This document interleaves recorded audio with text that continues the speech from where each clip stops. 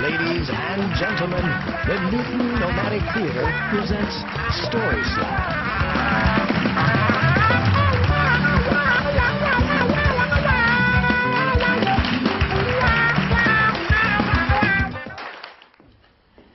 Once upon a time, summer of 1970, in a land far away, Cambridge, a dropout hippie girl was trying to figure out how to move on.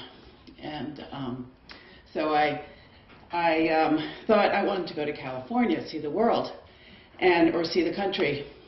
Thought maybe a bicycle would be a good way to do it, but that seemed pretty strenuous and hard to carry everything. Maybe hiking, no, it's too strenuous. How about riding a horse? That would be nice. Maybe I could have another person, I could have two horses and we could go that way. Or a car, but then I was a little fearful that I'd break down along the road with my limited funds and, you know, it's going to be an old car and get it taken advantage of at all the gas stations along the way. So, so I decided to buy a team of horses and a covered wagon.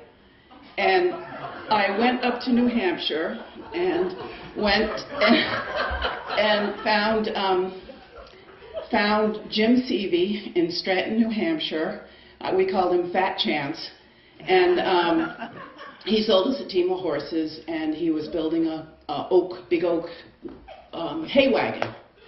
And so we got some canvas and covered it and wrote California or Bust on the back of the canvas. We had a big sunshine on the side. It said, "Chew thy food." And I recruited 4 other friends. We had a dog. We had a pair of stilts. A bicycle strapped to the side so that we could, you know, go off on go shopping or whatever, I don't know, on the way, find where we're going to camp. So anyway, 4th of July we set out. So I was there with my long rainbow skirt on, hair parted down the middle, of course, and Ward with his hair out to here, and off we go.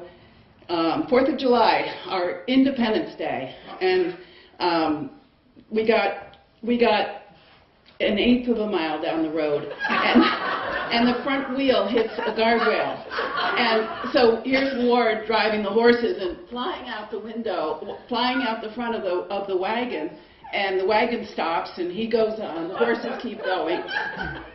So Mr. Seavey drove us, towed us back to the farm, re-welded the axle, and off we go again, 5th of July.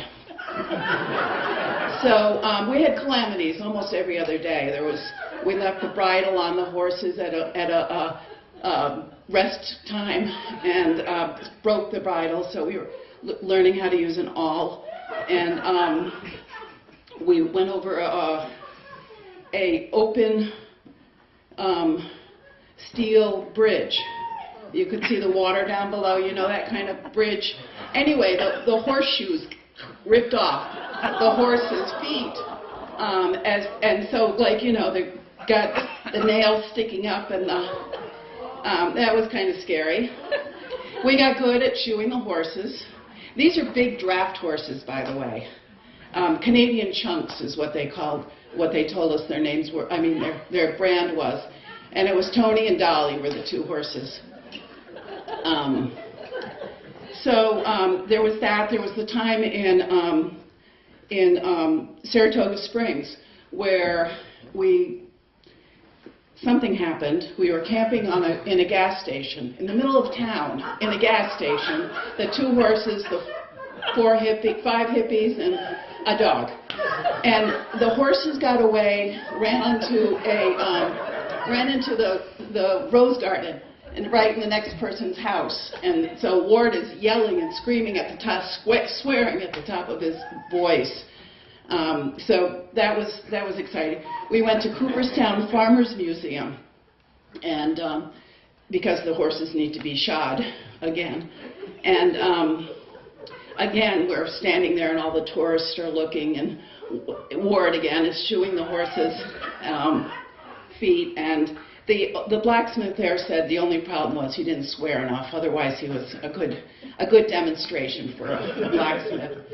So basically, our days were about 20 miles. We could make 20 miles on a good day, and every hour we'd stop, water the horses, and at lunch we'd stop for a whole hour.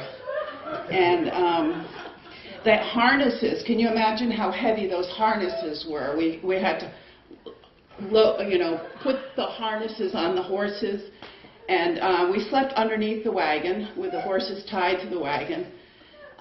Just trying to find a place to stay every night was fun. We got interviewed at lots of newspapers. Came up with lots. We came up with lots of stories. People wondered if we were runaways. No. So anyway, we made it 40 days and 40 nights to Ithaca, where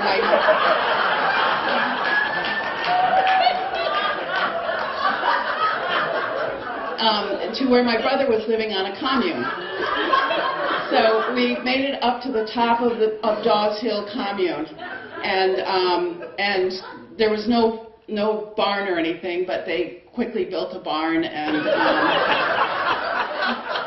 anyway, they said we'll keep your horses if you want, and I said, well, that was when I was not going to move on. I said, if you keep my horses, you have to keep me. So I stayed there 7 years, 2 babies, a husband, and it was a good time.